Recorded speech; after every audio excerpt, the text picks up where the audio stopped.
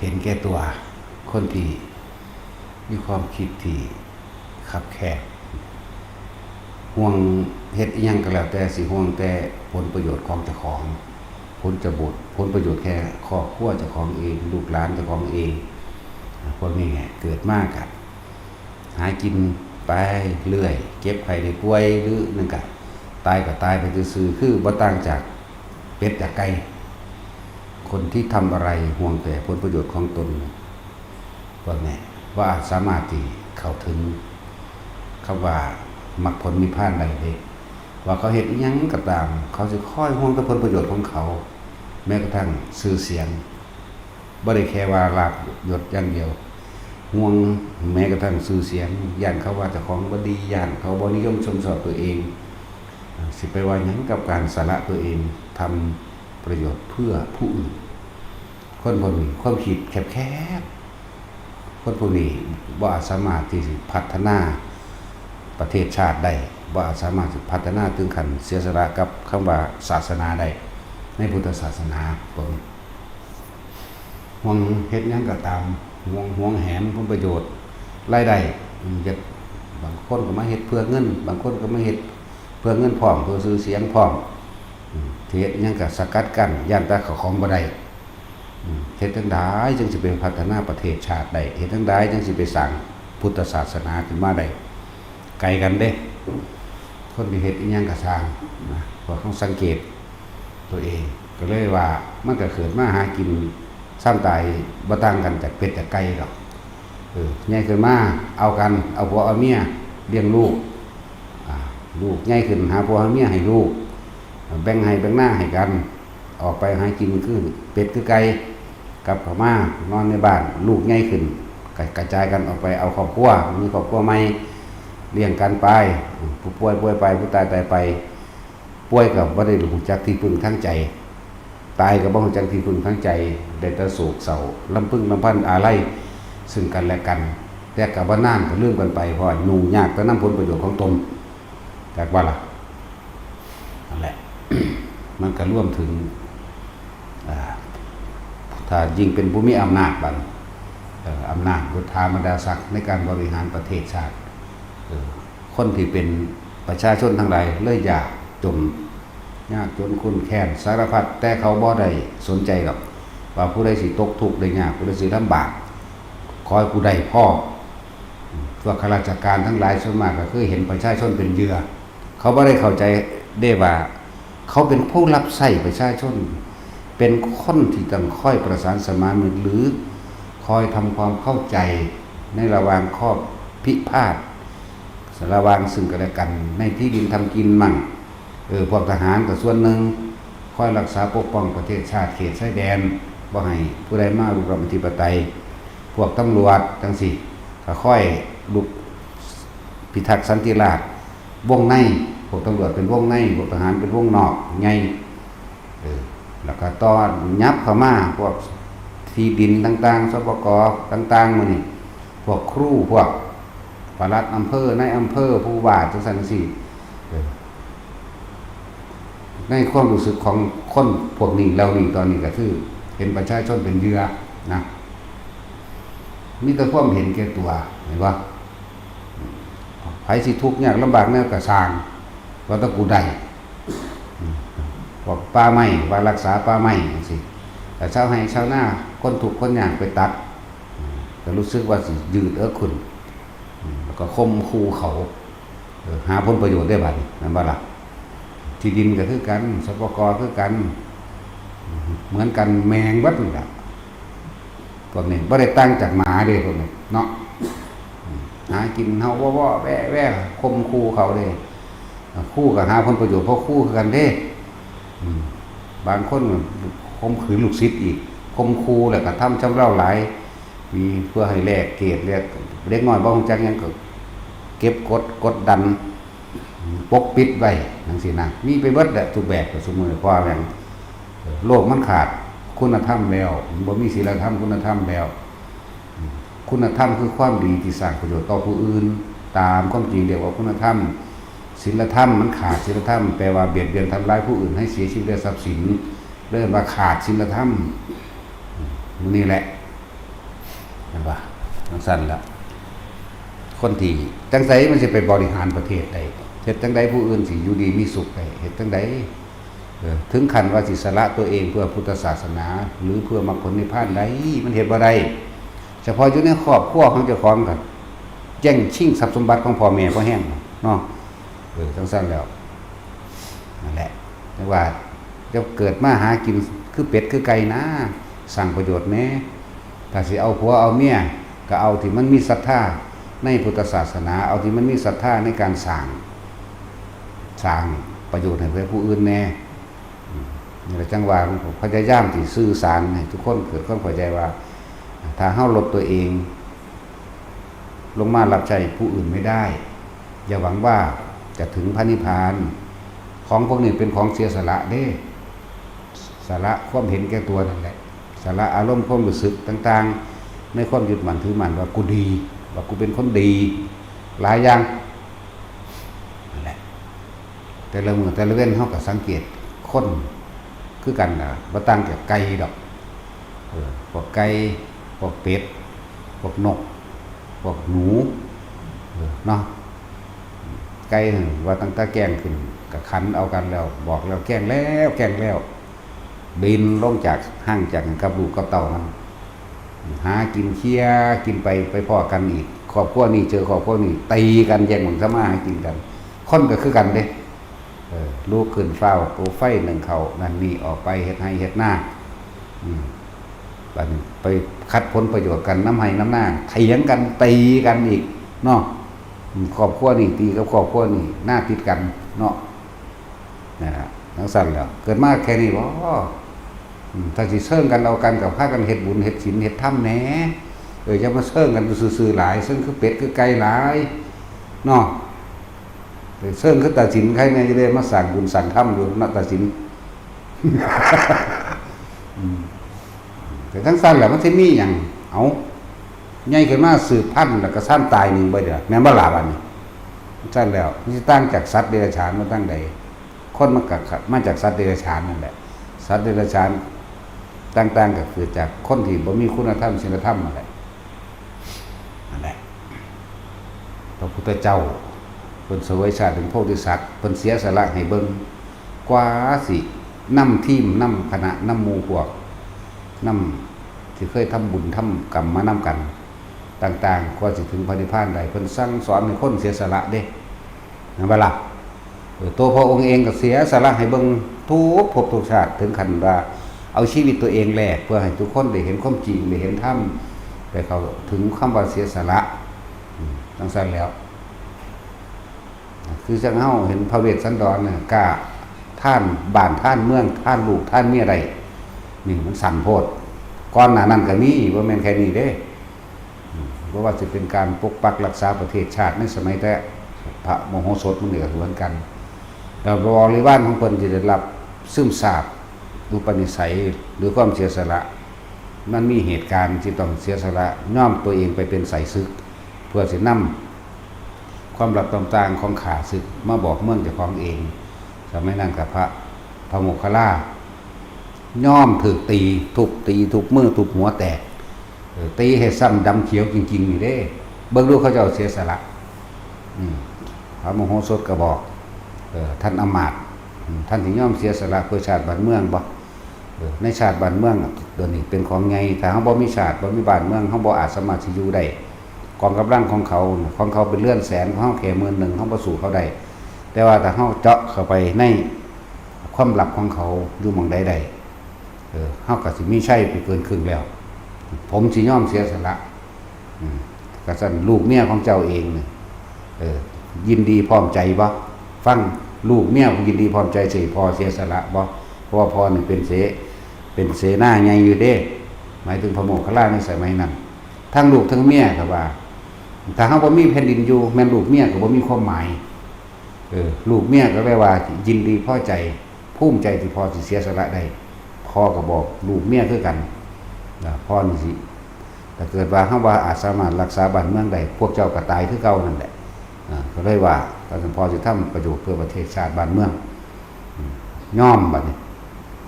ตีน้ำต้นน้ำโตเขียวซ้ำเขียวหัวแตกก็แตกจริงๆนี่เด้ แต่ก็วางแผนไว้แล้วก็สิย้อนใส่ตะกร้ากระเช้าสมัยตะกี้หรือกระเช้าใหม่ย้อนลงไล่หนีหลังจากทุบตีจักตาตูปากบดปากเบี้ยวไปเบิดนั่นล่ะน้ำลำตัวแล้วก็ถือแสเขียนถือมีดปาดน้ำเด้สมบทบาทเพิ่นอย่างนี้เด้นั่นแหละคุยกันเรียบร้อยแล้วเพื่อจะไปสืบข่าวภายในเนี่ยบ่พระโมคคัลลาก็เคยมีอยู่ได้ในสมัยพระวงศ์สดได้บ่ล่ะลูกเมียก็ยินดีพอใจที่ให้พ่อเสียสละพ่อก็ยินดีพอใจปรับความเข้าใจกันได้พวกเฮาก็เกิดมาเพียงแค่ว่าตายซื่อๆเป็นหยังเฮาก็บ่ยินดีเสียสละบุคคลนั้นเป็นที่รักแม้ว่าบุคคลนั้นเป็นที่รักถ้าเกิดว่าบ่มีเพศยินอยู่แล้วเฮาสิไปอยู่ไสเขาก็ฆ่าตายทั้งสองตัวผัวก็เขาก็ฆ่าเมียก็ฆ่าลูกเขาก็ฆ่าก็คุยกันตกลงกันเรียบร้อยมโหสถพระมโหสถก็บอกส่วนเรื่องถ้าเกิดว่าเจ้าตายระวังครอบครัวลูกเมียของเจ้าเองเฮาสิเป็นผู้รับรองนั่นจะสั้นครับนี่แหละจังหวะบัดนี้ถูกทุบถูกตีนั่นก็ย้อนใส่กระเซ้าหนีออกไปแล่นเข้าไปหาศัตรูเขาก็จับได้มันก็สมจริงแล้วเนี่ยตากระตูกปากกระเปิดกระเจิงแขวว่าหักดอกบ่ได้ตีแขวหักก็ไปกินเข่าอยู่ตีเจ็บบาดเจ็บเลือดอาบไปเด้แล้วก็ไปว่าโอ้มโหสถนี่คือไปรายงานเจ๊อันทหารเขาทั้งพุ่นแหละหัวหน้านักเขาทั้งนั้นน่ะมโหสถเป็นคนบ้าอำนาจผมทำสุดใจสุดชีวิตแล้วยึดเอาลูกเอาเมียผมไปผมทนบ่ได้กลับไปท่วงคืนลูกเมียทุบตีผมอีกผมดิ้นหนีมาได้เนี่ยเกือบตายเนี่ยสั่นผมจะแก้แค้นนะไปบอกกับทางนั้นเด้บอกกับศัตรูจะแก้แค้นเฮ็ดจังสิได้แก้แค้นเบิ่งแล้วมันสมมันคือเด้เลือดอาบหัวอยู่ต้นโตก็มีห้อยดาบห้อยมีดฟันพร้อมเด้บ่ธรรมดาฟันจริงๆเด้บาดถลอกปอกเปิดไปเบิดนั่นเขาก็ไว้ใจตัวพอเจ้าหนีออกมาจากเมืองอีกอย่างนึงเจ้าก็เป็นทหารเสนาบดีซ้ำคือสิรู้ทุกซอกทุกมุมของเมืองนั้นอยู่แล้วนะเขาก็ไว้ใจสั่นแหละหลังจากนั้นก็ค่อยส่งข่าวเวลาให้ออกรบจังสิเขียนขอความใส่จดหมายไว้ยิ่งใส่ธนูเข้าไปเด้แต่ว่าท่านก็จับมาอ่านว่าตอนนี้กองกำลังเขาอยู่หันอยู่นี่จับจุดนั้นจุดนี้ไปเลยเด้เวลาออกรบก็รบจริงๆยิ่งอีหลีแต่ว่ามันมีดอกสัญลักษณ์ในการว่าลูกธนูลูกนี้นั่นน่ะจะทำลายมันก็มีตัวจุ่มสีกันบ้านเฮาว่ามีสัญลักษณ์การผูกได้ไว้อยู่ตะกี้จุ่มสีบ่ทันมีดอกก็สิผูกได้เป็นสัญลักษณ์ว่านี่คือจดหมายส่งข่าวแล้วยิ่งเข้าไปกระหูดความลับของเขาเบ้อส่วนอันตัวแนวล่ะนั่นแหละเขาเจ้าเสียสละว่าในครอบครัวนั่นน่ะยอมรับใส่ผู้อื่นได้ลดมานะทิฏฐิลดความเห็นแก่ตัวของตัวเองเป็นหนทางพระนิพพานจังซั่นแหละแล้วพวกเฮาเด้เฮ็ดอิหยังเข้าคอยตะยันบ่ได้ผลประโยชน์ของเจ้าของเนาะจังซั่นแล้วไกลแท้ๆเด้อให้เขาผู้ใดบ่เฮ็ดเฮาเฮ็ดโลดเพราะว่ามันน้อยเหลือเกินคนที่ไปสวรรค์นิพพานเท่ากันกับเขาโคคนที่ไปอบายเท่ากับขนโคจังซั่นแหละเฮ็ดจังได๋ก็สร้างเฮาสิหักกันบ่หักกันเพียงใดก็ตามตายคือเก่าแต่ว่าตายนี่มีความดีใดเป็นเครื่องติดตัวบ่มีอุดมคติอันใดหนทางอันสมบูรณ์หนทางอันบริบูรณ์เขาว่าอุดมคติแปลว่าทางไปทางไปที่อุดมสมบูรณ์จากว่าทางไปเพื่อความพ้นทุกข์นั่นแหละนะวันนี้พวกเฮามาเฮ็ดอยู่นี่ในน้อยก็อิจฉาริษยากันเงิดหลายเนาะเรื่องคอรอแกแหละเนาะซ่อมมือซ่อมตีนกันผู้นั้นเฮ็ดบ่ดีเพิ่นจังซั่นจังซี่โอ้ยมันบ่แม่นมาเสียสละอันนั้นน่ะมันมาให้คนย่อเนาะนั่นแหละการสร้างพุทธศาสนามันง่ายๆเด้ก็คือว่าก็ต้องมีจ่าฝูงสัตว์ต่างๆมีจ่าฝูงคนก็มีผู้นำผู้นำทางลายกับผู้นำทางดีเป็นซั่นล่ะคือพระพุทธเจ้าเฮานั่นแหละ แต่เพิ่นสิตรัสรู้เป็นพระอรหันต์ในสมัยโอ้ยไล่ขึ้นหลังตั้ง40อสงไขยพุ่นก็ได้ตรัสรู้ได้กับพระพุทธเจ้าปุราณทีปังกรพุ่นปุราณทีปังกรพุ่นเอาสมัยพุ่นเลยแต่สมัยเป็นผู้หญิงนั่งสุดวิสุทธิดายังพุ่นพระพุทธเจ้าองค์นั้นเป็นอ้ายเพิ่นซ้ำตัวอย่างว่าล่ะเนี่ยต้นแรกแห่งปรารถนาของเพิ่นเองพระพุทธเจ้าองค์นั้นเป็นอ้ายได้พระปุราณทีปังกรนะครับเพิ่นเลยเป็นผู้หญิงนั่งสุทธิดาอย่างนั้นแหละเพิ่นเห็นพระพุทธเจ้าองค์ยิ่งใหญ่อลังการเลยสั่งโอ้เฮ็ดจังไดเนาะคือแต่คนเคารพนับถือแดงมันก็เลยมีความปรารถนาอยากเป็นวันนี้มนต์พระพุทธเจ้าอันเป็นพี่ชายเพิ่นเองแหละมาทำบุญอยู่ตั้ง7 มื้อจะมาบอกว่าเพิ่นก็บอกว่าดูก่อนน้องหญิงสุทธิดาวิสุทธิดาเธอปรารถนาจะถึงซึ่งพระนิพพานจงน้อมโสดลงเพื่อที่เราฟังเราตถาคตจะแสดงซึ่งอริยสัจสี่และปฏิจจสมุปบาทเธอก็สามารถอาจที่จะเข้าถึงนิพพานแม้ในปัจจุบันชาตินี้เพิ่นบอกว่าน้องไม่ได้ปรารถนาเช่นนั้นเลยเจ้าข้าน้องปรารถนาจะเป็นพระศาสดาเหมือนดังพระพี่ชายนะเหมือนท่านพี่วางสีเลยล่ะ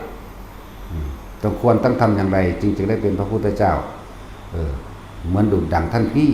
เพิ่นก็บอกข้อวัดให้คือกันเด้อล่ะเริ่มต้นแรกเธอจะต้องเป็นผู้ชายซะก่อนความปรารถนานั้นจึงจะเริ่มต้นแห่งความสำเร็จบ่แม่นสำเร็จเลยเด้สิบอกให้จึงจะเริ่มต้นเป็นก้าวแรกหรือก้าวย่างแห่งความสำเร็จต้องเป็นผู้ชายซะก่อน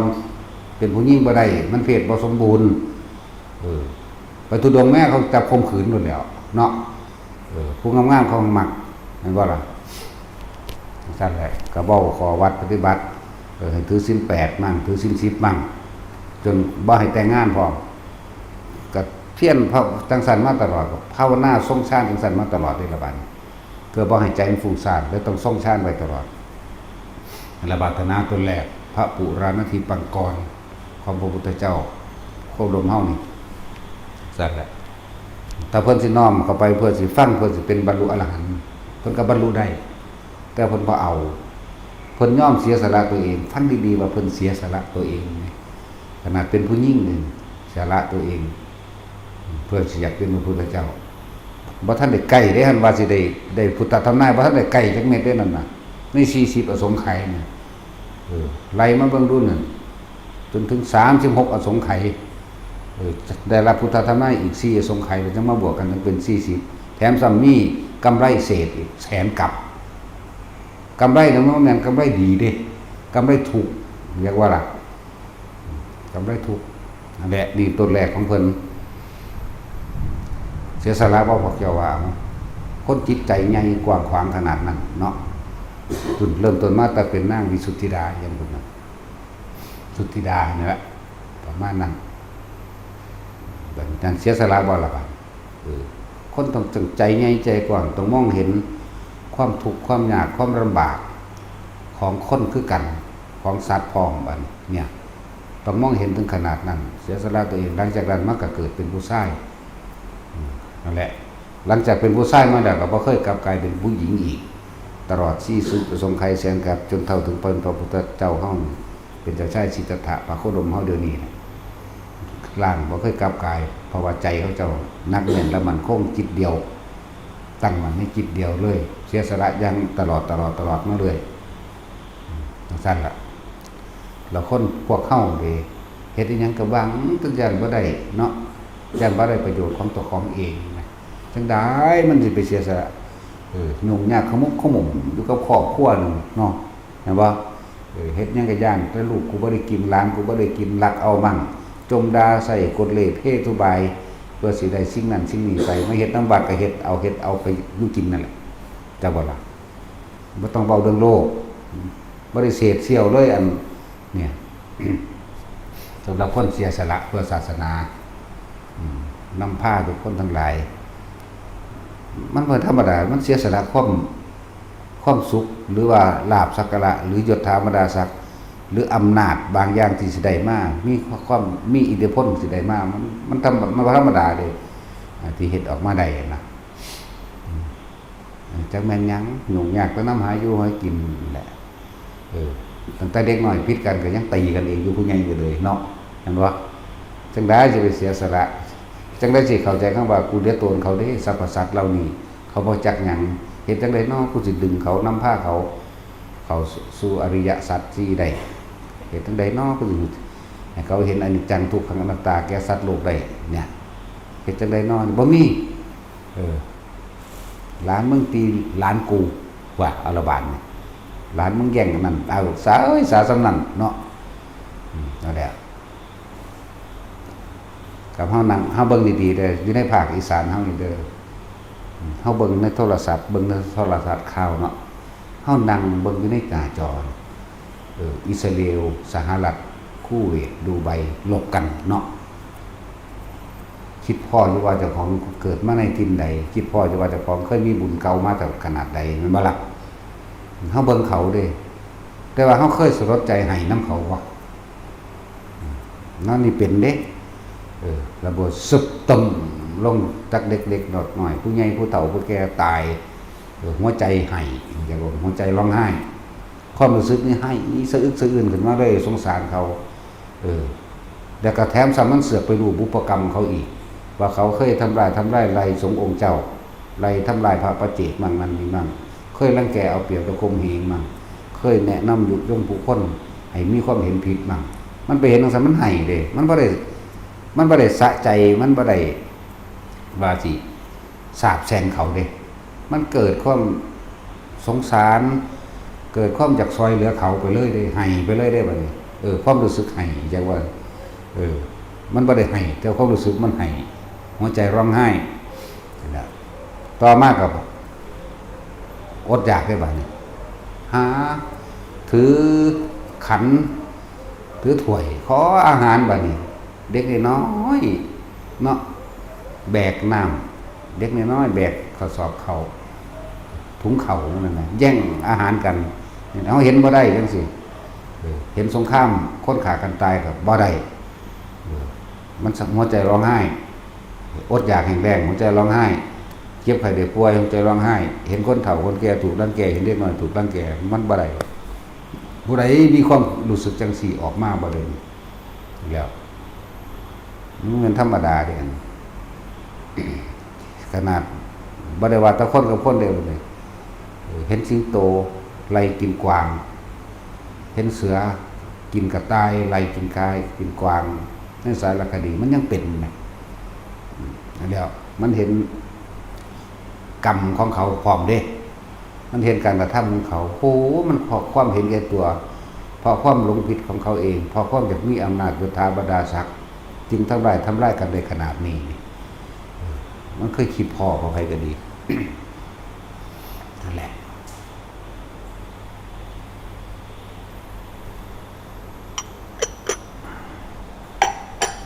อันนี้ยังมาแย่งซิ่งกันแย่งให้แย่งหน้ากันอยู่พ่อสามีบ่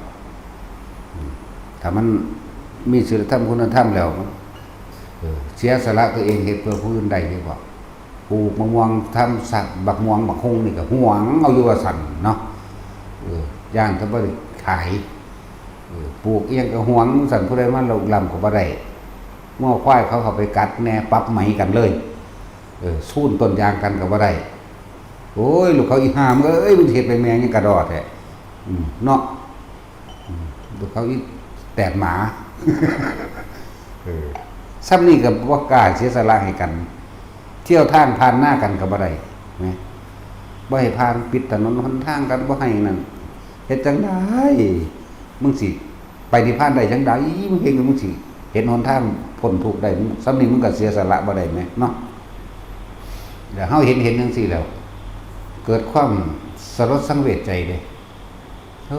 ยสิเอาหยังไปบอกไปสอนเขาตะคะแนกดีแค่เที่ยวทางกันก็บ่ได้ปิดทางกันปิดเถียงกันนั่นนี่ไปสู้ต้นยางกันนิดหน่อยเหตุมันคือชีวิตมันฝากไว้นำต้นยางนิดหน่อยต้นต้นนั้นบ่ชีวิตมันเบิดภพเบิดชาติในอนาคตของมันเองมันฝากไว้นำบักฮุงกระดันบักม่วงกระดันบักฮุงปอ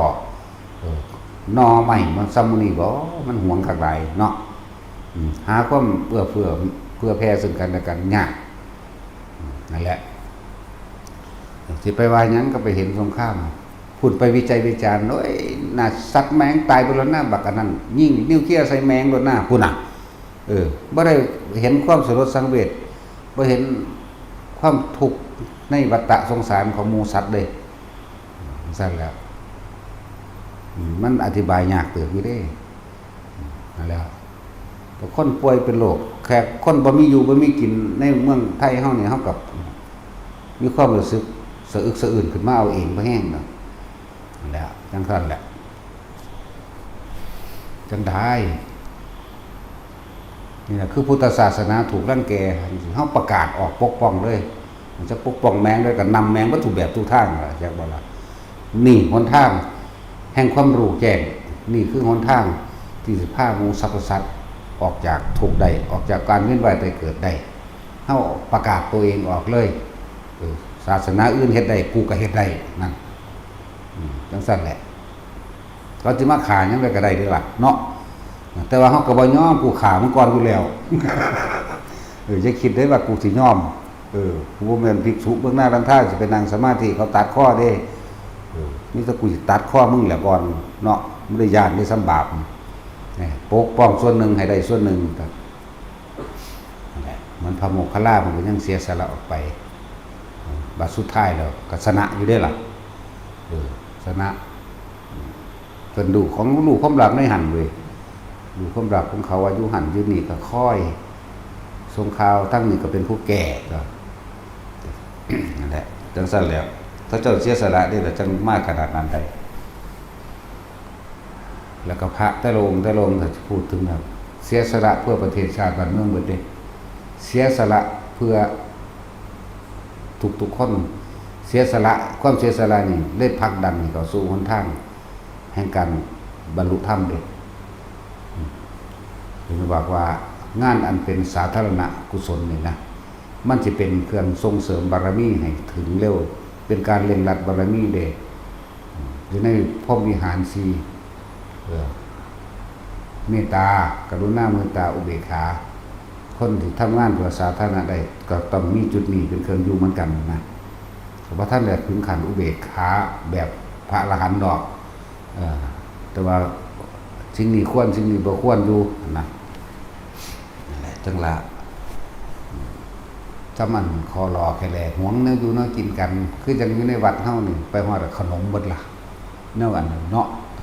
อันนี้มันดีกว่าใส่ถุงเบิดแล้ว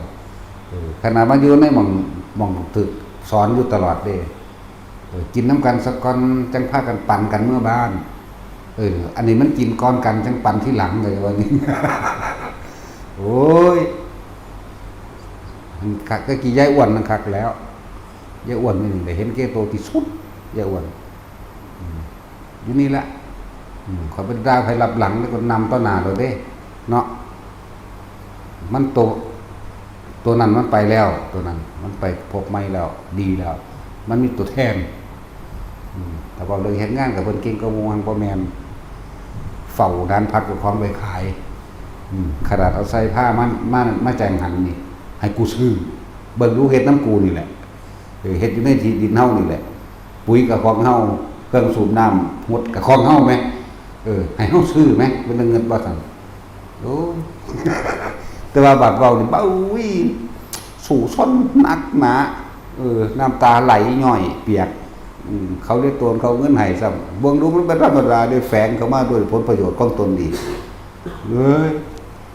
บัดก็รักนั้นรักนี่ดูหลายเรียกตัวเราหาบเราหลักเราหาบไปหน้าเราซื้อรถให้เลยเอารถดิไปเด้อเจ้าจังหวัดหาบเรียกตนว่ะกระดาษด้านเด้จังได้จังสิไปเห็นพระนิพพานได้ก็สังกับเฝ้าอยู่นี่แหละที่มีตัวแทนอยู่ตัวเป็นตัวตายนั่นแหละจังใดมันจังจิตมากเข้าถึงคำว่าเสียสละตนเองในการตั้งชีวิตตัวเองก็เอาก็ให้ได้นะเพื่อประโยชน์ส่วนร่วมนะพวกพระทั้งเบิดส่วนในศาสนาในตอนที่พระพุทธเจ้ามีชีวิตอยู่ตอนนั้นที่ได้เป็นมีบุญบารมีได้มาเกิดร่วมสมัยกับพระองค์ แล้วก็บรรลุกับพระองค์นี่ตระหนักหลบประเด็นเคยเอาชีวิตเขาเสี่ยงตายเพื่อปกป้องผู้อื่นบ่ได้เกิดมาหน่อยๆเด้เกิดมาแล้วก็ค่อยเสียสละชีวิตเพื่อผู้อื่นมาที่ละสัตว์ละเล็กสัตว์ละน้อยมากสิแม่หลายอันยังชื่อว่าจะได้ร่วมเกิดร่วมศาสตร์กับพระพุทธเจ้าองค์นั้นเคยทำมานำกันตลอดในสมัยชาติโพธิสัตว์เป็นพระมโหสถโอ้ยเขาจะลบกันธรรมดาลบบ่ได้ถือเอาความแพ้ความชนะได้พระมโหสถลบเพื่อสิเกิดความประสานสมานมิตรเพื่อเกิดความเข้าใจกันเด้พระมโหสถสิลบเอาทั้งโลกก็เอาได้แต่ว่าบ่เฮ็ดธรรมดาบอกคนเก่งคือหยังมันยาวนะครับเป็นเรื่องที่ละเอียดลึกซึ้งขนาดเลยการลบของเพิ่นก็แยบค่ายพอลบโดยใส่ปัญญาไปพร้อมใส่เมตตาไปนำนี่โอ้ธรรมดาบ่นั่นแหละคนที่เขาในเครือข่ายหรือได้เกิดร่วมสมัยพระพุทธเจ้าจังซี่นะก็เคยเฮ็ดมานำกันคักๆนั่นแหละเคยเป็นทหารมานำกันเคยเป็นจังก็เป็นสัตว์ต่างๆกับปกป้องสัตว์ด้วยกันเด้สัตว์นะครับก็คือบางชาติเพิ่นเกิดเป็นพญากวางทองเนาะกษัตริย์องค์นั้นมักกินกวางโจนว่าให้พวกทหารไปโห่เขาไว้เราเฮ็ดคอกล้อมไว้แล้วมาขากินมื้อละโตจนสุดท้ายแล้วมีนางกวางผู้หนึ่งมันท้องสิออกลูกว่าเร็วๆนี่แหละแต่พญากวางทองอาสาเมื่อนั้นเขาก็นับมื้อนี้เอาตัวนี้มื้อนี้เอาตัวนี้แต่ว่าพุ่นคิ้วเพิ่นอีกโดนอยู่แต่อาสามาว่าให้กินผู้ขาดครับก็ผู้ขาดกำลังนุ่มเลย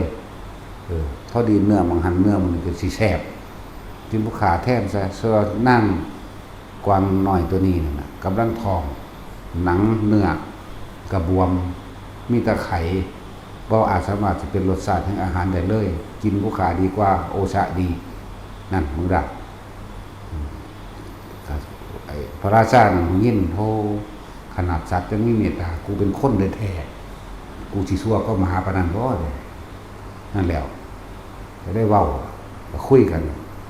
พระเจ้ากวางทองก็แสดงธรรมทศพิธราชธรรมเสยเด้นั่นสั่นแหละหลายอย่างอยู่หลักของเขาบ่รู้ว่าเขาจะเอาเสียสละแบบใดบัดนี้หมู่กวางทั้งหลายเป็นฝูงเลยหั่นเป็นพันรอดออกไปเพราะว่าพระเจ้ากวางทองเสียสละนางกวางทองมันก็เกิดเป็นนางอุบลวรรณาในสมัยนี้แต่ว่าล่ะตัวเพิ่นเองกับพระพุทธเจ้าแต่ว่ากับกวางอิจฉาก็มีคือกันได้เทวทัตเทวทัตเป็นธรรมดาของพวกนี้นะมันต้องมีคู่กันอยู่แล้วเมื่อมีผู้สร้างก็มีผู้ทำลายแต่ว่าผู้ทำลายนั่นแหละเป็นบันไดให้เราก้าวย่างขึ้นเข้าสู่จุดสูงสุดจากว่าล่ะดุจดังว่าเป็นหินรับปัญญาถ้าไปหินรับปัญญานี่เขาก็เอามาจากอีพญบัวหรอกอีพญาเฮาเอื้อนแต่อีพอแล้วบ่เคยลืมจักเทื่อได้ล่ะก็แม้กระทั่งว่าแม้กระทั่งที่สถานที่แห่งนี้เกิดขึ้นได้เพราะว่าอีพญบัวนี่ล่ะพญบัวจากพญบัววะพญบัวบันตากเบิ่งพญอันบัวไปหาตึกแหเด้คนละอย่างกันเด้สิเอิ้นอีพญบัวอีพญบัวจังซี่บ่แม่นพญบัวหาตึกแหม่วนหำอาบน้ำดอกเนาะตะซินผู้เฒ่าตะกี้เนาะเน็บปั๊บเข้าทั้งหลังรถตะซินก็เห็นบ่เจ้าบ่แต่เคยเห็นแล้วเห็นพร้อมเนาะนั่นแหละเบิ่งเพิ่นเสียสละอันละนี่แต่เขาเจ้าเว้าดอกคือจังพญบัวนี่หลวงตาบัวเนี่ยก็ว่าเป็นพระนเรศวรแม่นบ่ล่ะแน่ก็เสียสละแบบนั้นแหละโดยบริวารของเพิ่นเองที่เคยทำบุญทำบาปทำกรรมทำกรรมมานํกันผู้เกิดเป็นสร้างให้เพิ่นชี้กันที่ก็เฮ็ดมาจังซั่นเลยล่ะก็มาสุดท้ายแล้วก็บ่ได้บวชบ่ได้บรรลุธรรมเพราะว่าเสียสละมาทุกภพชาติจังซั่นล่ะลูกศิษย์ลูกหาของเพิ่นเองจังซี่บรรลุไปตามๆกันนะไล่เข้าไปฮอดหลวงปู่หมันในสมัยนั้นสมัยนี้กันจังได๋บ่ไล่ดอกเขาสิด่าเว้าเรื่องของดีกว่าง่ายดีจังบ่ได้ไปหาเดาเนาะแต่จริงเสียสละ จึงบอกว่าแค่ของเล็กๆน้อยๆก็ยังเสียสละบ่ได้สิไปเว้าอีหยังกับชีวิตเจ้าของเองเนาะนั่นแหละเคยเฮ็ดประโยชน์ยังขึ้นแก่มนุษย์และสัตว์ทั้งหลายหรือยังตัวเองถามเจ้าของได้นี่ทุกคนนั่นแหละเคยถามเจ้าของบ่กูนี่หาอยู่หากินย่านแต่บ่ได้บ่ดีบ่มีบ่เป็นย่านแต่บ่เหนือหมู่ชนะหมู่มีทุกแบบนี่กลเพศทุบายกลไกสิได้มาก็ไปหาอ่างเขาเด้เนาะอ่างเขาว่าจังสั่นจังซี่แต่ผู้ใดหาบ่ได้ก็ไปดูถูกเขาเด้เนาะไม่หาอหยังได้คนนี่แหมนั่นแหละถ้าเขาได้มาก็อิจฉาเนาะถ้าเขาล้มก็เหยียบย่ำซ้ำเติมโอ้ยเป็นนั่นเด้คนแปลว่าบุญบ้ายเลยจังสั่นล่ะพวกมีของอยู่ของกินมีหน่อไม้บ่ได้ปลูกแมงดอกต้องมันเกิดเอาเองตัวศาสตร์ใดล่ะตัวย่ำใดดอกได้ปันให้ปันหน้ามาแล้วห่วงหน่อไม้หาแนวห่วงมาออมไปโอ้ยเบิดชีวิตมึงมีค่าเท่านั้นบ่เนาะแค่หน่อไม้หรือมองหาเห็ดนั่นบ่เนาะหรือแค่ปลูกเท่าดินเขาไปร้อยกินเนี่ยจักน้อยกว่าได้บ่หรือแค่สวนอ้อยบ่สวนมันบ่สวนยาง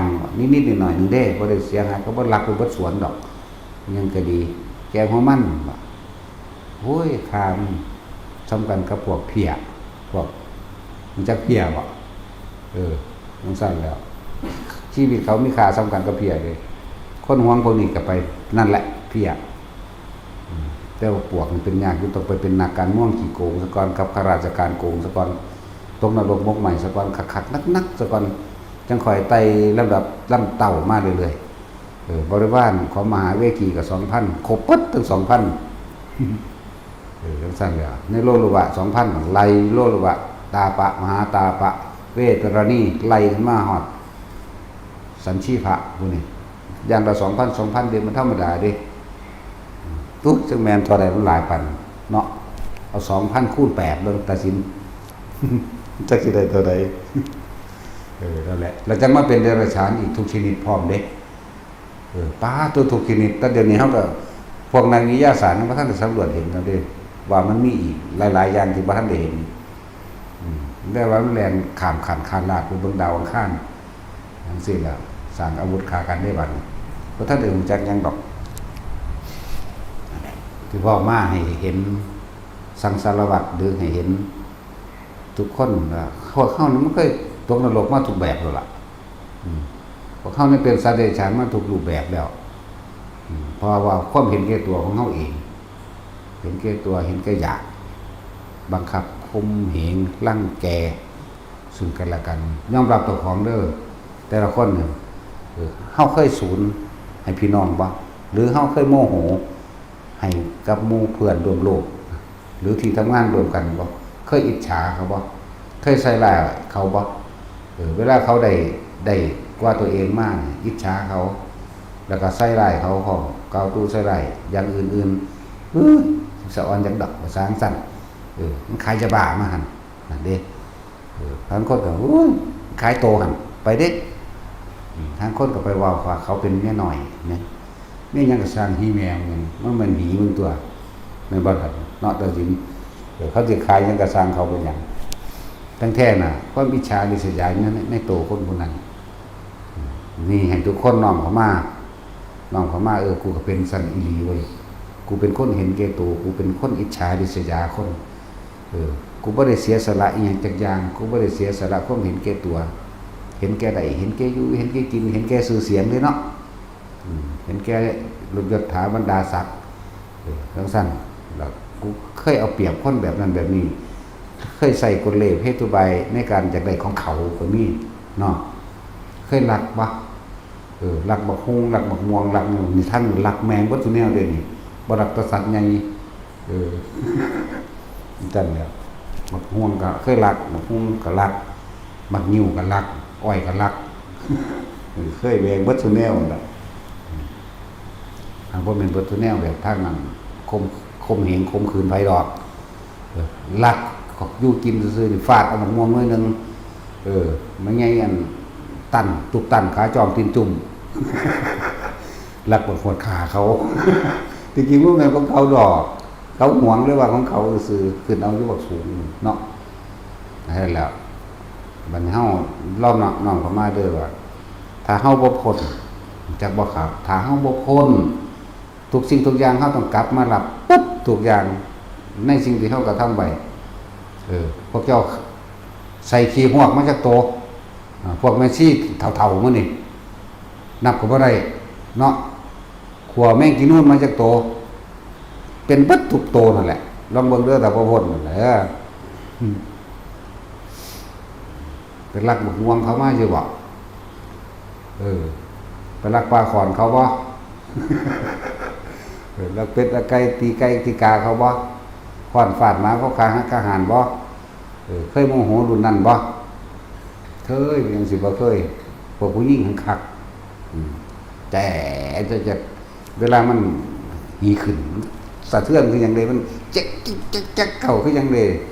ใส่อารมณ์ตาดูนตาแดงออกเลยโอ้ยพวกเป็นประจำเดือนเนาะตาสินกับตาสินนั่งคักนี่สั่นแหละเคยดูถูกคนเคยข่มเหงคนบ่นี่สั่นแหละสรุปหมายถึงหมายคือลวกออกมาว่ากูเป็นแบบนั้นแบบนี้ถ้ากูบ่พ้นกูต้องรับเบิดเด้งรับแน่นอนอยู่แล้วเด้อสิบอกให้แต่กรรมเมื่อ100 ล้านอสงไขยที่แล้วก็บ่รู้ล่ะมันสิมาให้ผลเฮาจักว่านี่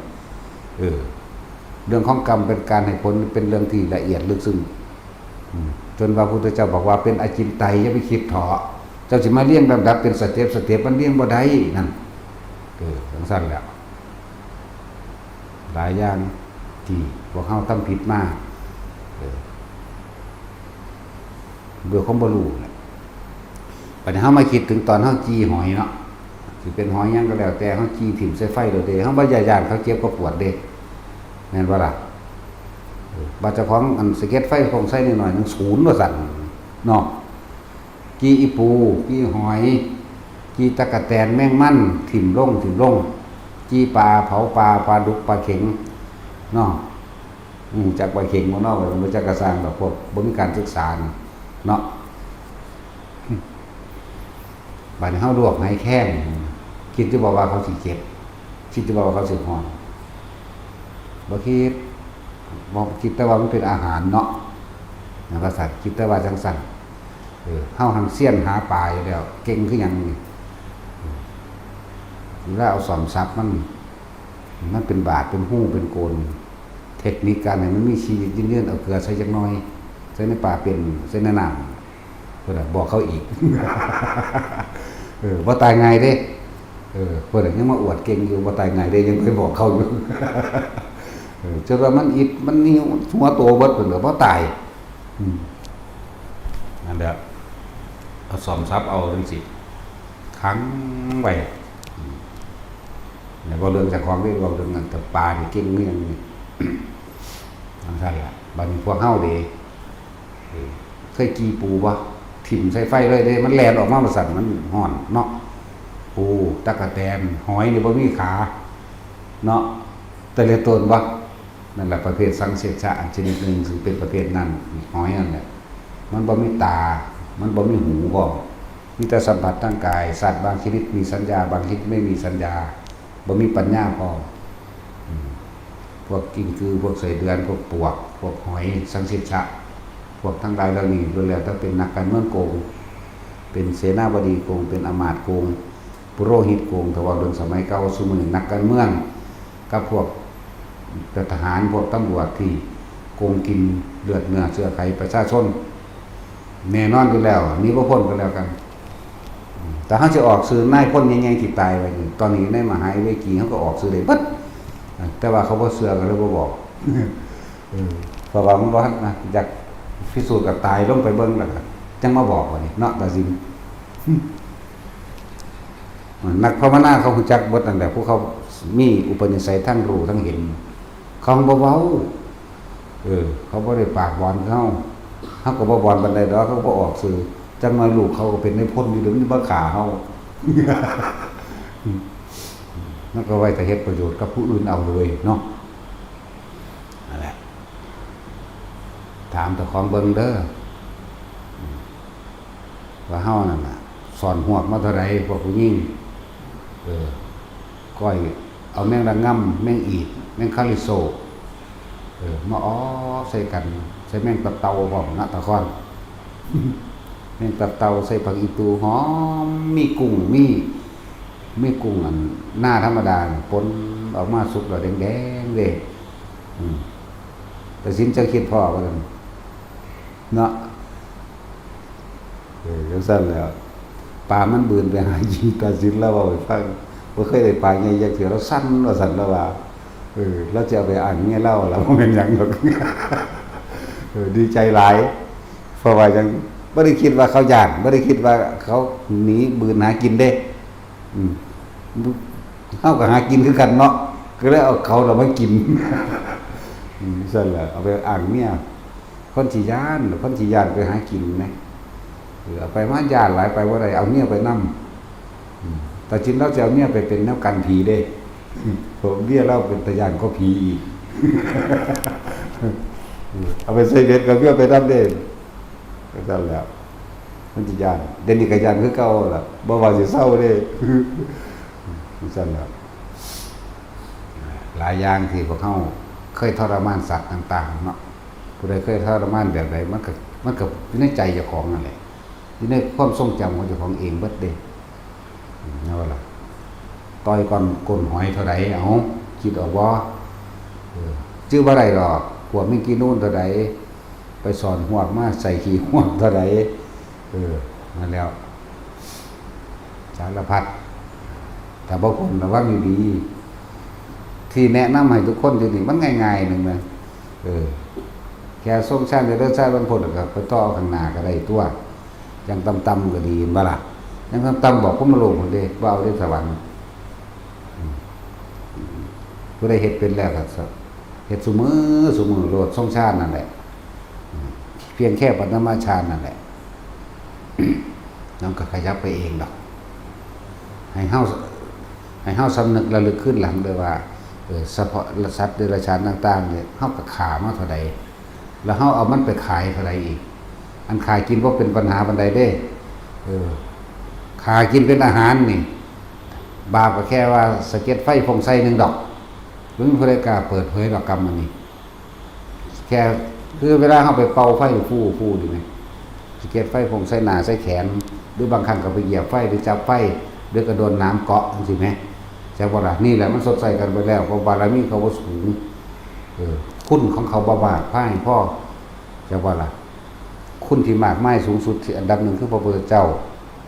ที่สอนพระอรหันต์มาเรื่อยเด้จังไดลงมาบัดนี้เป็นคนมาเรื่อยไหลลงมาคนพระโพธิสัตว์หรือผู้กำลังทำโสดาบันโสดาปฏิมาอีหยังก็ว่าไปคนที่เข้าคุณประโยชน์หรือผู้ทรงศีลผู้ทรงฌานจังซี่เนี่ยคุณมันก็ไหลถอยมาไหลลงมาหาสัตว์เดรัจฉานก็เป็นช้างเป็นม้าเป็นง่วงเป็นควายเด้ช้างม้าควายวัวไหลลำดับมาส่วนสัตว์เดรัจฉานมาเป็นอาหารเป็นหลับจริงๆมันก็มารับเศษกรรมของมันอย่างหนึ่งอย่าว่าแต่เฮาสิสร้างกรรมของเฮาเองคือเอาเขาไปฆ่าเจ้าเอาของนี่เอาชีวิตของเขาผู้อื่นเพื่อแลกเป็นเงินเป็นทองเพื่อสนองปัญหาตนเองเฮาก็เลยเป็นบาปตรงนี้อย่าว่าเฮาไปทรมานมันคือสัตว์ที่มีคุณร่องจากคนคือควายช้างม้าอย่าว่าแล้วก็ง่วงสัตว์พวกนี้แม้กระทั่งอูฐแต่ว่าเรื่องของต่างประเทศนำอูฐก็แม่นเด้มันหลากมันของมันทำงานทดแทนมันใส่หนี้ใส่กรรมของมันสั้นนี่ร่องจากคนเด้อส่วนปูส่วนปลาก็เป็นเศษกรรมที่เขาเป็นบาปเพราะว่าจิตเท่าโลกสอนมาเลยละลายก็ไปขายตัวนี้เนาะสั้นละปลาก็เหมือนกันทรมานขังมันไว้นั่นนี่คือตัวเขาเองแหละนี่แหละมันเป็นเพราะว่าความโลภของเขาเองบางที่หาอยู่ให้กินจนป่วยก็มีมันบ่ได้พักได้ผ่อนเพราะว่าหยังความโลภมันดันหานั่นว่าสั่นนั่นแหละแล้วเป็นบาปแบบนั้น แต่ซ้ำสิเอามาอยู่มากินเป็นหยังไปเถอะหลายคนยังกังวลว่าอยากมาอยู่แต่ว่าหังละบ่ทันใดว่าซั่นอุ้ยแต่ละใดมันสิมาอีหยังเนาะกับบรรลุอรหันต์บ่แฮงบ่เด้ก็ต้องแย่งกระชากลากกันมาต้องฝืนกันมาสิให้พร้อมในการปฏิบัติธรรมสิพร้อมในการบวชบ่มีจักคนแม้กระทั่งพระพุทธเจ้าก็บ่ได้พร้อมในการบวชแม่นบ่มีแต่ฝืนใส่เลยแม่นบ่ล่ะลูกเพิ่นก็หาก็ออกมื้อนี้เมียเพิ่นก็มีนั่งสนมเพิ่นก็ 74,000 คนเมียก็มีลูกก็มีเมืองก็มีแน่จักสิอีหยังสิขึ้นชื่อว่าพร้อมเนาะบ่มีความพร้อมเด้แล้วเพิ่นเลยฝืนใส่เลยแน่ฝืนมากคนที่พร้อมจักมันเป็นจังได๋คำว่าพร้อมเนาะก็ผู้ร้องลงมาในความร่ำรวยหรือว่าความอยู่ดีกินดีของมันคือพยาศาสตร์มีปราสาท3ฤดูแล้วก็มีนางทาสบริวารคอยบำรุงบำเรอเอาใจหลังละ 1,200 คนเลยถ้าขนาดนั้นกูเป็นหยังกูถูกแท้กูคือถูกแท้อยู่เด้นั่นน่ะจักสิพร้อมเป็นจังไดนั่นแหละเพราะว่าเขาเจ้าเคยสร้างบุญสร้างกุศลมาเรื่อยๆแล้วก็เคยเป็นนักรบเคยเสียสละตัวเองปกป้องผู้อื่นมาเรื่อยเคยให้ทานเคยรักษาศีลเคยรักษาประเทศชาติเคยเสียสละชีวิตตัวเองเพื่อผู้อื่นเด้พวกนี้จะมาได้พวกนักบวชแต่ละองค์แต่ละองค์เขาจะบอกประวัติเขาเจ้านี่แต่เคยเป็นหลบเพื่อชาติบ้านเมืองเพื่อผู้อื่นเด้นั่นแหละเขาบอกใกล้ๆนี่คือพวกนี้บัวจังสิตาบัวนั่นแหละแต่ว่าในตำราเขาเจ้าว่าจังสั้นเนาะหรือเขาเจ้าในวงกรรมฐานเขาเจ้าเว้ากันนะว่าเพิ่นเป็นพระนเรศวรนะสั้นแล้วก็เสียสละบ่หลาวก่อกู้ประเทศชาติบ้านเมืองทำตัวผู้อื่นเนาะแล้วก็บริวารของเพิ่นหลายๆอยู่ในหั่นก็เคยก็ไปนำกันเบิดนั่นแหละสั้นแล้วก็สิเว้าเรื่องพระพุทธเจ้าก็หังหลายแล้วสิเว้าก็บ่ถูกมันหลายโพดนั่นคือเหตุเป็นคติตัวอย่างให้เขาเห็นว่าเขาเจ้าเสียสละเพื่อผู้อื่นเด้บ่ว่าจะเป็นพระอรหันต์บ่ว่าจะเป็นไผที่ได้บรรลุอรหันต์นั่นเขานิพพานไปเนี่ยมีแต่เสียสละเลยเอามากับจังมาเห็นอนิจจังเห็นทุกข์เห็นอนัตตาแต่ว่าถ้าเอาเรื่องพระพุทธเจ้าสมัยสมัยสันพระพุทธศาสนาเห็นอยู่เห็นก็ย้อนเห็นนั่นแหละก็ย้อนรู้นั่นแหละก็เลยว่าพวกเขามันเกิดเพราะความบ่รู้แต่ว่าเพิ่นเกิดเพราะว่ารู้เมื่อรู้แล้วก็เกิดความเมตตาสงสารกับหมู่สรรพสัตว์ทั้งหลายเลยสละตัวเองเพื่อเป็นตัวอย่างทำให้ดูนี่หนทางพระนิพพานต้องสละตัวเองมาแบบนี้สละความสุขส่วนตัวสละเงินทองสละลูกเมียสละเบิดทุกอย่างแล้วไปมากแล้วก็ท่านชี้เจ้าของเองนะพวกเขาอีหยังเดแล้วเมื่อเขาสิเอาถาดตีหัวกันดูแย่งกันยังกันแย่งขนมจะกินขนมเนาะแต่ซิมแย่งขนมหรือแย่งมาบ่เห็นบ่จังซี่แล้วมีอีหลีเด้อล่ะนี่หั่นแหละธรรมดาไว้มันก็ตีกันไงอีหลีแหละมันจะกินมาม่าจะกินขนมโอ้ย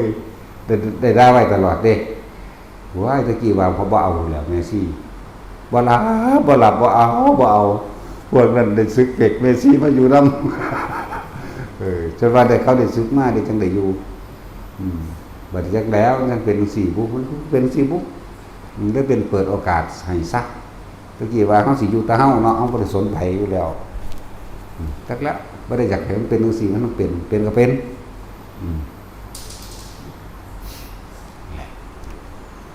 วันนี้พ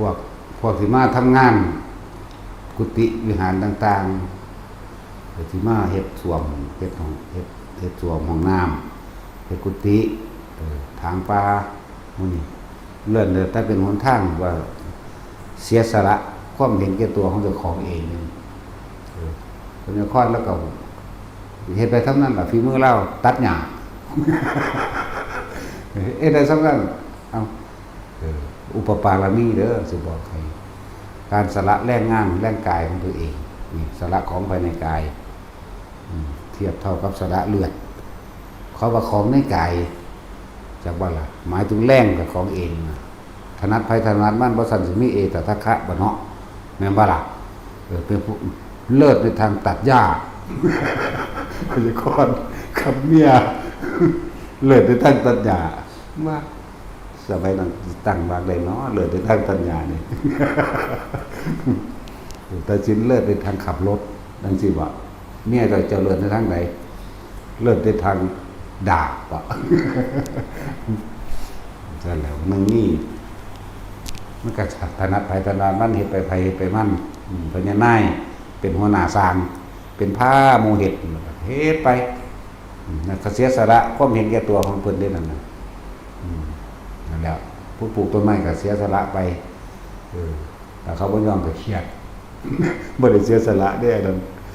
จะให้เขาย่องโอ้มาเฮ็ดเอาย่องมักย่องเนาะพวกมาให้กับหมู่ย่องเฮ็ดเอามักย่องซื่อๆเด้อจำไว้บ่ได้เสียสละอีหยังได้นั่นน่ะเฮ็ดเพื่อให้เขามาย่องนั่นซั่นแหละบอกว่ามีสมองมีปัญญาอีหยังตื่นจังสิว่าเป็นไดเนาะเฮ็ดจังไดมันจังสิคือไปถิ่มทุกสิ่งทุกอย่างในโลกอันนี้ออกไปนิพพานได้แม่นบ่ล่ะใช่แล้วตั้งแก้งสไตล์จับกลุ่มดินทาครูบาอาจารย์เนาะจะคุ้มให้ยังไงเพิ่นเฮ็ดจังซั่นจังซี่โอ้ยมันอยู่นำกูยากบ่ต้องอยู่หาแม่มึงหยังสุขพวกกันไปบ่ใหม่เพิ่นจะอยากว่าว่าอยู่นำเพิ่นกันว่าให้เพิ่นเงินบ่ล่ะอย่าควบคุมเพิ่นให้เฮ็ดจังซั่นจังซี่เอานั้นนี่ผู้นั้นผู้นี้เด้เนาะเป็นได้ระบาดนั่นแหละมาเฮ็ดเอาหยังแนวนั้นเฮ็ดเอาหน้าเนาะระวังสูหน้าบักใหญ่เลยก้มตกลงดินหมดแล้วอยากได้หน้าเว้ยหน้าบักใหญ่ฮ้อนๆเด้พวกนั้นเนาะหลายอย่างอยู่เด้อสิบอกให้อันเฮ้ยจังได๋สิว่าเสียสละได้อันซ้ำแค่อยากให้คนยอมซื่อๆผู้ก็เงิดหลายคนด่าเฮาหังมักเนาะแต่สินบ่มักถึกด่ายังก็แข็งว่าบ่มักโอ้ยสมพรเป็นหน้าแบบนั้นแหละไปเกิดเป็นเมืองบงหารสัตว์ต่อไปโอ้ยจะเป็นเมืองบงหารได้ไปนำใหม่ซะก่อนสิก็มีไงนั่นแหละหลายอย่างสมควร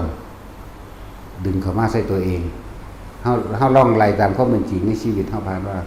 กูนี่ใส่ขี้หวกแต่เปาะเท่าใดกูนี่ขัวมีกินนู่นเท่าใดกูนี่ป่นกบป่นเขียดเท่าใดกูนี่ป่นปลาเข็งปลาคอเท่าใดเนาะนั่นบ่ล่ะพอผู้ชายก็ไล่เอาของเจ้าของเองตัวไปลักเป็ดลักไก่เขามาฆ่าเท่าใดก็เลยเนาะฆ่างูเท่าใดต้มงูเท่าใดก็ว่าไปใส่เวทแบบใดนี่เฮาก็ยังไล่เรื่องของเฮาเองเอ้ยหลายคักกูนี่ว่านักประมาณบ่ได้เลยสับละป่าในชาตินี้ก็ดีหลายแบบลักอ้อยเขาก็ลักลักงวงก็ลักตะกี้ลักฮอดบักงิ้วเนาะบักงิ้วอ่อนๆมันกัดกินเด้เรื่องสั้นล่ะตะกี้บักม่วงอกหล่องอกแหล่งบ่มีเด้มีแต่บักม่วงสอเนาะแต่สินหาลักเอาน้ำสวนคนนั่นแล้วของเฮาบ่มีเว้ยแน่เฮาก็ยังคิดได้เบิดนั่นแหละอันใดเฮ็ดมาพวกเฮาเด้บัดนี้แต่ว่าถ้าเฮาสำนึกสำเนียกถ้ากูบ่พ้นกูได้เป็นเบิดทุกอย่างเด้นี่ที่ว่าความคิดของเฮาถ้ามันออกความคิดนึงแค่นาทีหรือเสี้ยววินาที3วินาทีต่อล้านภพ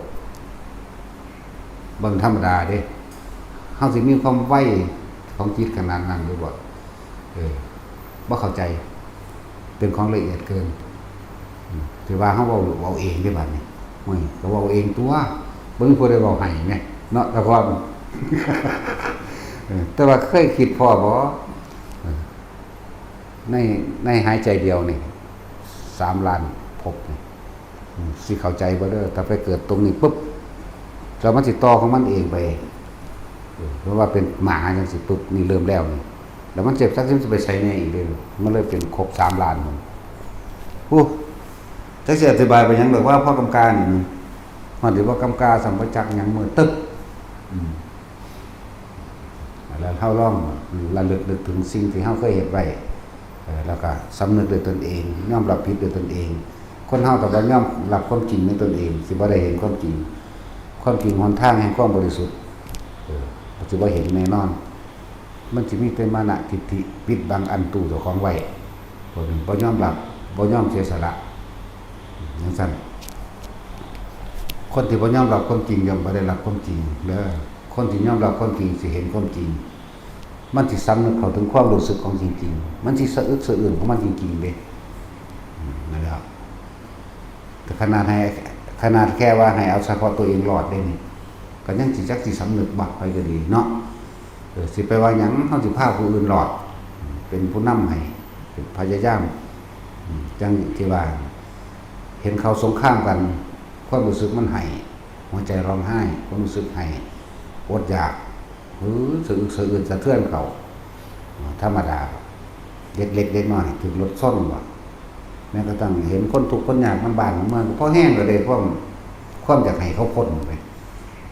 แต่กูอุ้มสู้ขึ้นไปได้กูก็อุ้มไปแล้วคนเด้งอุ้มขึ้นไปยัดกับไปในห้องประตูนิพพานใส่กุญแจล็อกไว้จะออกมาคนเด้งสิภาษายังกับอิจฉาริษยากันไม่บัดเนาะมันบ่นั่นแหละมองเห็นโทษคือความยึดมั่นถือมั่นของเจ้าของเองอีกอย่างนึงก็พวกเว้าเพื่อให้สำนึกในความผิดต่างๆที่ตัวเองเฮ็ดมาแล้วนะเราเคยขานั่นขานี่มาบ่ได้เป็นบทแนวเด้อนั่นคือเว้าบ่ให้ประมาทนั่นเองสิเว้าถึงผู้เสียสละขนาดนั้น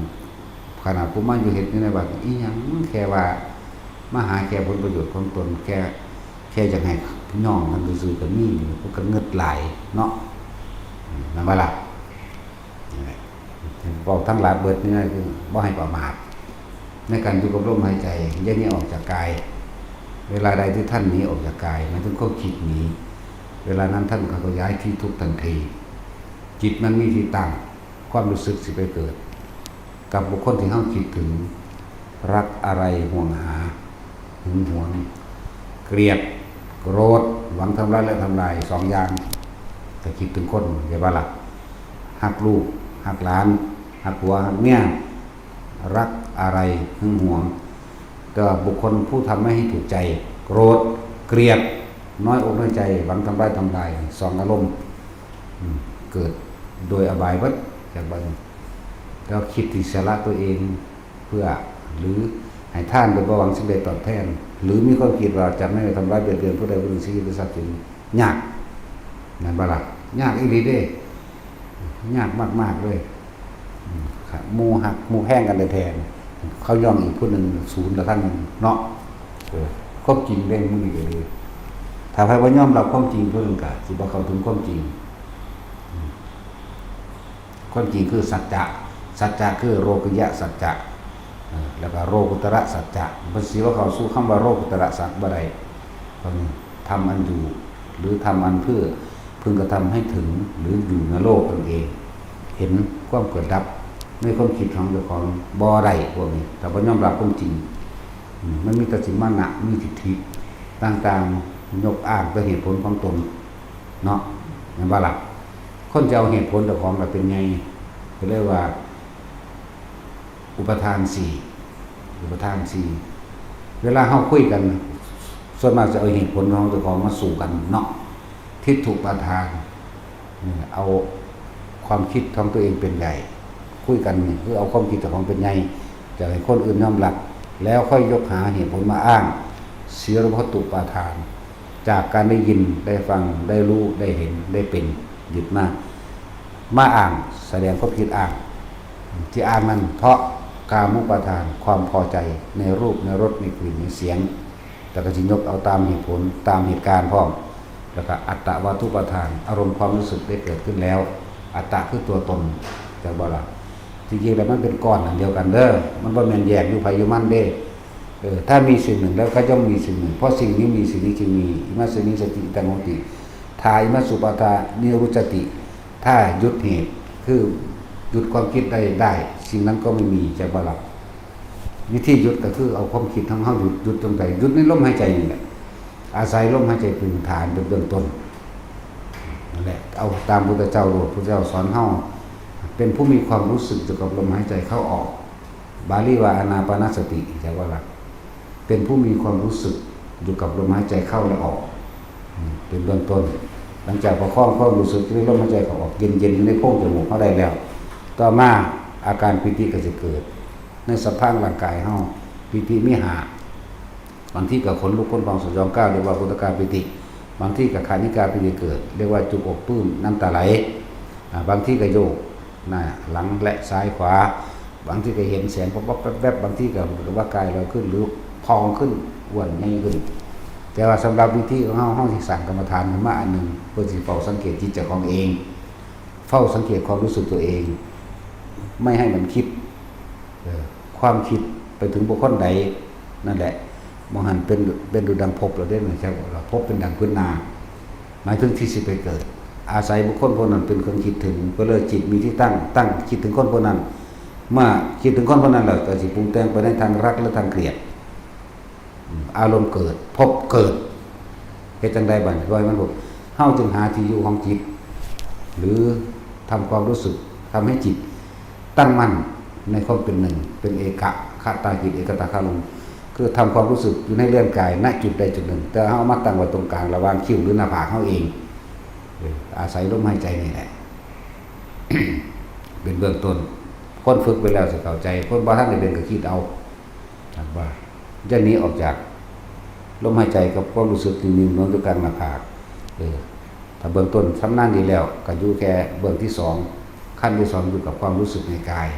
ถ้าความรู้สึกในกายนี่หายแสดงว่าไปมีความรู้สึกกับบุคคลอื่นที่คิดถึงแต่ว่าละนั่นแหละเป็นวิธีที่ง่ายแล้วแต่ละคน